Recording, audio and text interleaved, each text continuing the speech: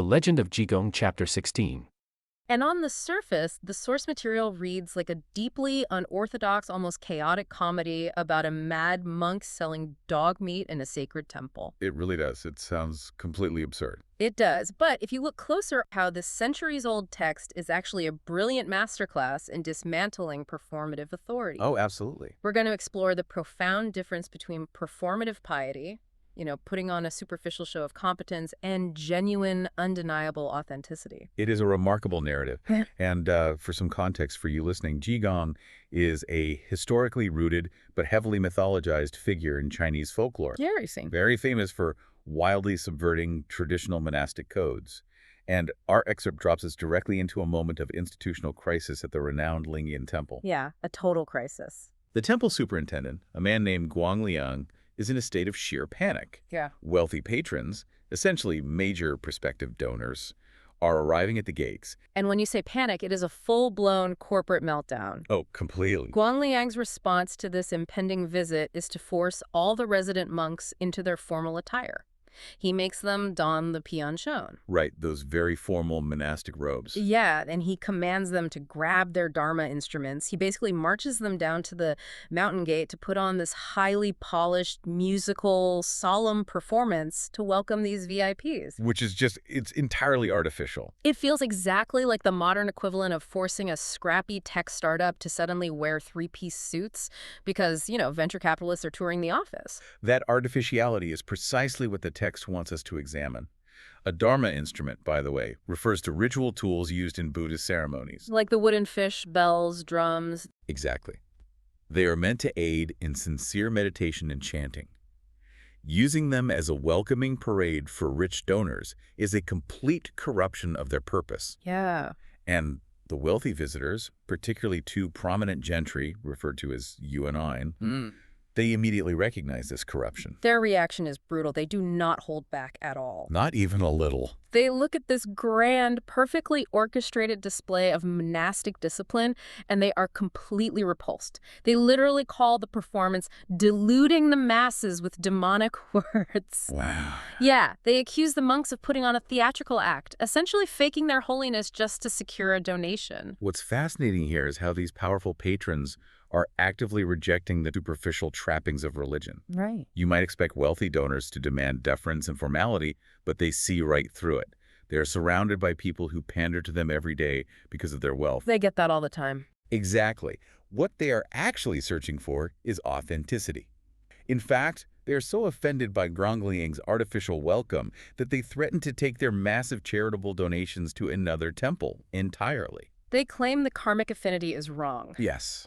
Let's define that term for the listener, because karmic affinity, or yuan-fen, carries a lot of weight in this context. It really does. It implies a spiritual destiny or connection tying a person to a specific place or cause. So by saying the affinity is wrong, they are declaring that this temple is fundamentally misaligned with their spiritual path. Which is the ultimate insult to a temple superintendent. Oh, Guang Liang is terrified, because his perfectly executed dog and pony show has just alienated the very people he was trying to impress. Desperation sets in right about here. Guang Liang realizes the polished routine has failed, so he attempts a Hail Mary. What does he do? He begs them to stay and promises to show them the actual living Buddha of the temple, Jigong. He leads these frustrated, deeply cynical patrons away from the grand mountain gate and deeper into the temple grounds. Here's where it gets really interesting. Where does Guang Liang finally locate the great, enlightened, holy man? Oh, this is the best part. They find Jigong sitting right by the Mahavira Hall, and he is sitting with his eyes closed, just muttering to himself over and over, "Dog meat, 6 coins apiece." The contrast here is incredibly sharp.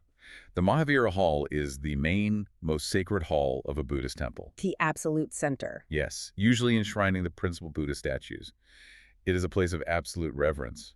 And Buddhist monks are strictly vegetarian. Right. Consuming meat is a severe violation of their vows. Yet here is Jigong, positioned in the holiest part of the temple, publicly advertising the sale of dog meat. Which was considered particularly taboo? Highly taboo, and he's selling it for pocket change. So an ordinary person walking in would see a disgraced, rule-breaking monk defiling a sacred space. Guang Liang is mortified. Of course he is. But the patrons, they have the exact opposite reaction. The text says they instantly drop to their knees. They do. They bow down and declare that this man, muttering about cheap dog meat, possesses the true demeanor of an arhat, a fully enlightened being. Yes. But isn't that a massive leap in logic? Why would these sophisticated, cynical men immediately assume that a guy selling forbidden meat is enlightened? It connects directly to the Zen Buddhist concept of breaking attachments to forms. Superintendent Guangliang is entirely attached to the form of religion. The crisp robes, the synchronized chanting. The pristine halls, exactly. He cannot see past the surface.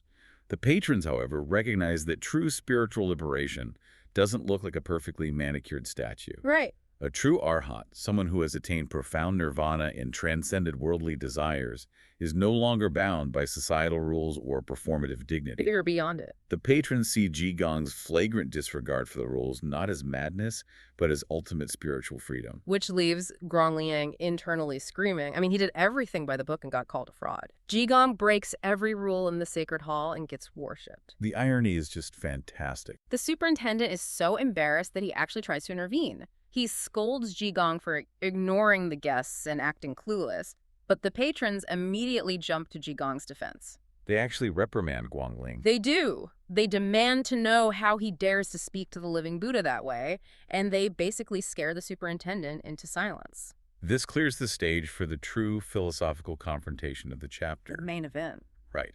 The two wealthy patrons, identified only as the white-clad patron and the blue-clad patron, step forward.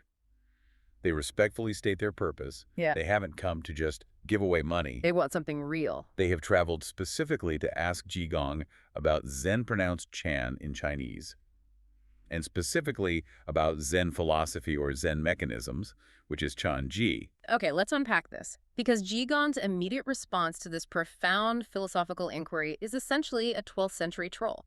That is the perfect way to describe it. He hears them ask about Chan-ji, and he uses a linguistic homophone to mock them. The words sound identical, but Jigong pretends they are using the characters for Chan, meaning gluttony, and Ji meaning hunger. Right. He looks at these wealthy, serious men seeking ultimate truth and says, "Oh, you're hungry and gluttonous. Go eat a piece of dog meat."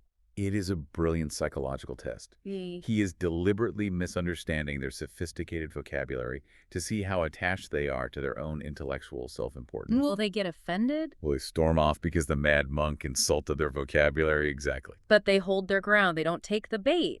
Instead, they politely clarify that they do not mean gluttony and hunger. They stay completely calm. They explicitly state they mean Buddhist profoundness, the concept of same sound, different character. And then they raise the stakes exponentially. They establish a massive wager. They tell Jigong, if you can explain true Zen philosophy to us right now, if you can genuinely prove you possess this profound knowledge, we will personally fund the construction of the Great Stele Pavilion for the temple. That is a huge offer. But the caveat is just as severe. If he fails to deliver, if he is truly just a crazy man making puns about dog meat, they will consider the karmic affinity broken and take their wealth elsewhere. The entire infrastructure budget for the temple is now riding on one philosophical answer. Jigong accepts the challenge. But instead of delivering a profound sermon, he leans even further into the absurdity. He doubles down. He really does. He says, "Oh, you want to know about gluttony and hunger?" And he recites this deeply bizarre folk poem. The poem is amazing. It goes like this. Water in mountains, fish in water, 3 times 7 is 21. Humans have faces, trees have bark. Don't wash the mud off radish chopsticks, wanting to go east but going west, refusing dry rations but wanting rice. The structure of that poem is meticulously designed to sound like it might contain wisdom, while actually being entirely void of it. It sounds profound if you aren't paying attention. Exactly. 3 times 7 is 21 is a basic tautology. Humans have faces, trees have bark, are just self-evident rural sayings. The rest are complete contradictions. I read that section 3 times, trying to decipher some hidden metaphor about the radish chopsticks before realizing that's exactly the trap.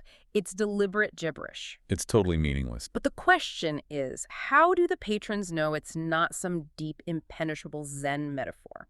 We've all seen situations where an authority figure says something nonsensical, and everyone else just nods along, pretending to understand so they don't look foolish. That is the crux of the test. By rejecting the nonsense, the patrons prove their own authenticity. They tell him flat out that his poem is completely wrong. They call him out. They do. They remind him that they are asking about the profound mysteries of the Buddhist gates, the Zen of studying Zen, the mechanism of heavenly mechanisms. They refuse to act like sycophants who will applaud anything a supposed holy man says. They demand the actual truth. Yeah. And because they passed that final test, Jigong finally drops the act. The homophones and the crazy folk poems vanish. He delivers the actual profound philosophical truth they have been seeking. This is the turning point. He tells them, and I want to quote the text carefully here, know that studying Zen is not Zen. If you ask of heavenly mechanisms, where are the mechanisms? Mechanism focuses on emptiness. Zen focuses on purity. Pure emptiness and empty purity is the Zen mechanism. That single sentence carries immense philosophical density. Let's look at the first part. Studying Zen is not Zen. Jigong is dismantling the entire intellectual pursuit of religion. Right. He is telling these highly educated patrons that the very act of trying to study Zen, of trying to analyze it and categorize it into neat mechanisms, actively distances them from experiencing it. Which suggests that enlightenment isn't something you can acquire through a textbook or a perfectly executed ritual. Precisely. The concept of pure emptiness and empty purity is a core tenet of advanced Buddhist thought. It means stripping away all the conceptual frameworks, all the anxieties, all the forms. Including the desire to understand Zen itself. Yes. True Zen isn't found in a profound-sounding poem or a specific meditation posture. It is found in the state of pure, unattached emptiness. Once you grasp the concept, you have to let go of the framework you used to get there. The text describes the patron's reaction to this as instantaneous enlightenment.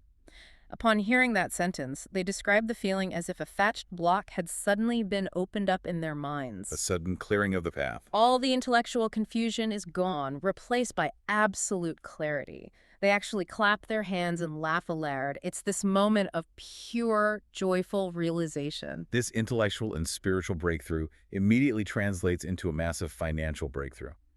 Having received the genuine wisdom they sought, the patrons are ecstatic. They are thrilled. They instantly call out for Guang Liang, the superintendent who is cowering in the background, demanding he bring the donation book and the 4 treasures of the study. The traditional writing implements of brush, ink, paper, and inkstone. What follows is a masterclass in 12th century fundraising, layered with all these intricate cultural dynamics. The wealthy donors start exchanging these highly polite, deferential folk sayings. It's quite a scene. The white-clad patron tries to get the others to sign the donation book first, and the blue-clad patron declines, saying, high water can't flood the ship's mast, meaning the person of highest status should lead the way. Very deferential. Then they try to get the surrounding crowd to sign first, and the crowd defers by saying, high water can't flood the duck. It is a vivid illustration of the concept of face and social hierarchy in historical China. No one wants to presume their donation or status is greater than the primary patrons, so they use these rural idioms to formally yield the floor. Right. But once those pleasantries conclude, the sheer scale of the financial commitment is staggering. The white-clad patron takes the brush and signs his pledge. He signs it simply as anonymous, which is a subtle but undeniable display of power. And he pledges 10,000 taels of silver. The blue-clad patron sees this, realizes he cannot possibly write a smaller number without losing face, and he also signs as anonymous for another 10,000 taels of silver. To contextualize that for the listener, a single tael of silver was a substantial amount of currency in historical China, often enough to sustain a common family for an extended period. A huge amount of money. 20,000 taels between 2 individuals is a colossal fortune. It's an astronomical sum for a single construction project. And the momentum just builds. There are over 300 other local gentry and wealthy individuals present in the crowd. They all start coming forward, donating 30 to 50 taels each, paying in actual cash and silver right there on the spot. It just pours in. To top it all off, the white-clad patron sits back down and casually mentions that he owns 16 large timber yards outside the city. He donates an unlimited supply of lumber for the entire Great Still Pavilion. He literally tells the temple to take whatever they need until the building is finished. If we connect this to the bigger picture, the text quietly dropped a detail in this exact moment that completely reframes the entire narrative we just analyzed. Wait, you mean the part about the crowd? Because when I read that, it completely broke my understanding of the story. How so? I was reading this thinking Jigong is just this chaotic, spontaneous eccentric who miraculously charms some random billionaires who happen to walk into the temple. The narrative casually reveals that these 300-plus gentry and wealthy individuals from Linen City did not just wander in by chance. They didn't. No. They were already previously influenced and mobilized by Jigong. He had already gone out, cultivated these relationships, and gathered these pledges long before this day. That changes everything. They were simply showing up at the temple today to formalize the donations. That implies this wasn't a spontaneous miracle at all. It was a deeply strategic, highly orchestrated setup. Jigong knew exactly who was coming. He knew exactly how much money they had. He even knew they were looking for an excuse to fund this specific pavilion. It demonstrates that Jigong's madness possesses a very sharp, profoundly practical edge. He had already secured the capital. So all of this was a show. The entire sequence of events at the temple, the panicked superintendent forcing the monks to dress up, the patrons getting disgusted by the artificiality, Jigong sitting in the sacred hall pretending to sell dog meat, the homophone jokes, the nonsense poetry, all of it was a calculated performance. He essentially let Guangliang make a total fool of himself with the formal robes, knowing full well that these specific, highly cynical donors would hate the performative piety. It was a trap.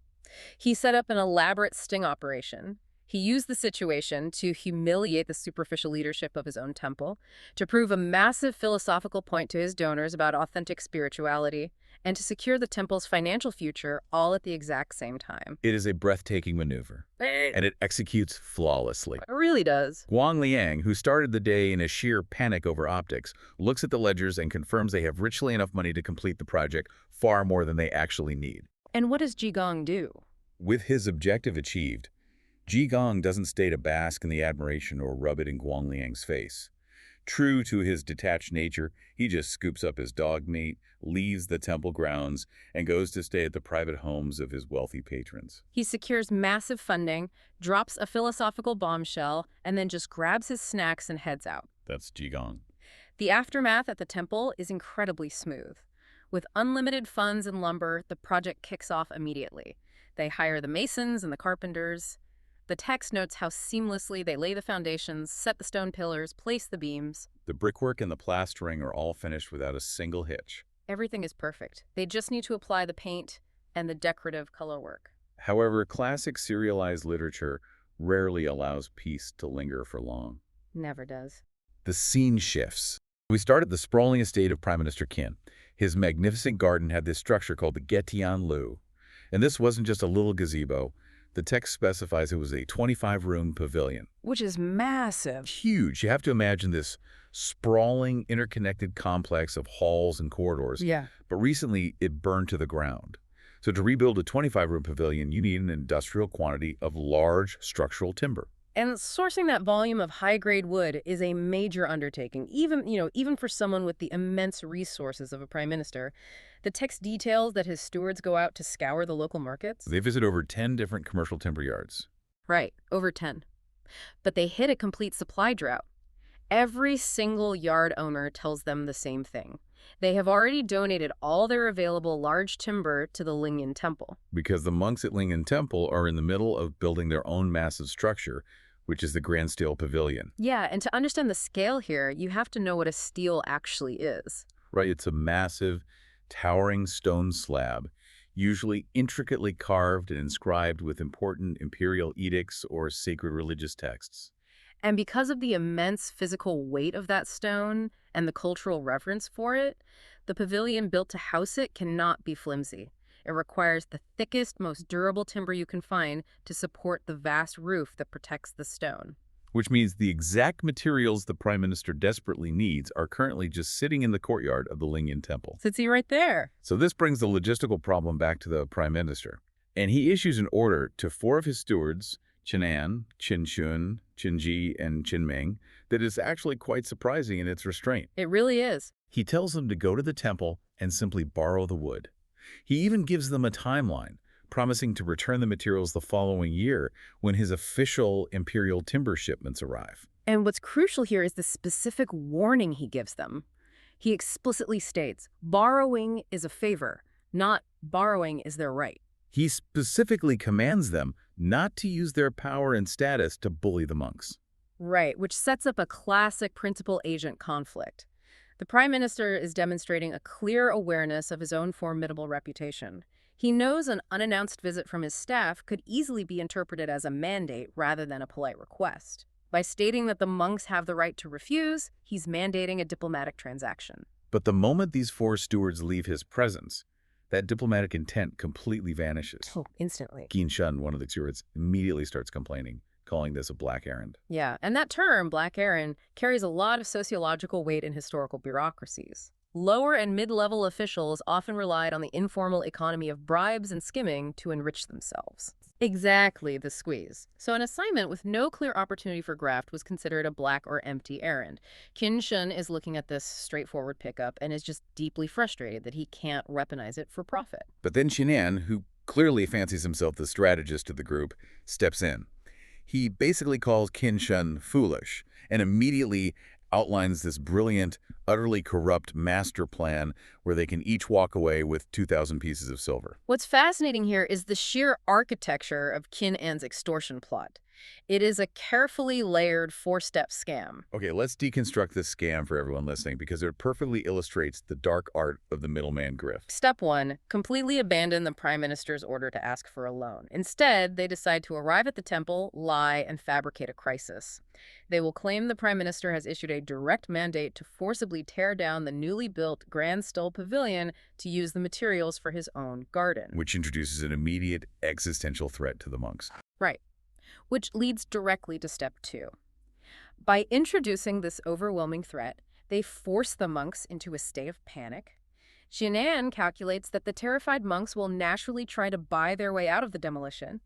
He anticipates they can easily extract a bribe of around 3,000 to 5,000 silver pieces just to halt this fake demolition order. And then comes step 3. After pocketing the bribe, they will casually offer a compromise. They'll say, well, rather than tearing down the pavilion, maybe we could just borrow the loose timber sitting in the yard.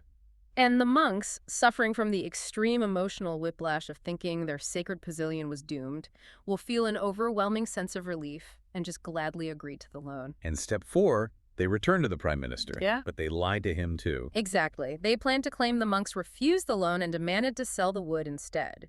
The prime minister will then issue the funds to purchase the timber, which the stewards will simply intercept and divide among themselves. So they steal from the vulnerable temple and from their own powerful superior. It is the ultimate middleman grift. You create a fake crisis just to charge a massive fee to solve it. It's a perfect illustration of how middle management can build an impenetrable wall between the decision-maker and the ground floor. So they execute the plan, they arrive at Lingyan Temple at Filai Peak, and they do not come as humble messengers. They bring over 10 followers and more than 20 horses to intimidate the monks. It's a calculated show of force. The thundering of hooves, this aggressive crowd pouring into a serene spiritual space, it immediately sets a terrifying tone. The gate monk is startled, of course, and rushes to get the supervisor monk, Guangliang. And Guangliang comes out and tries to de-escalate.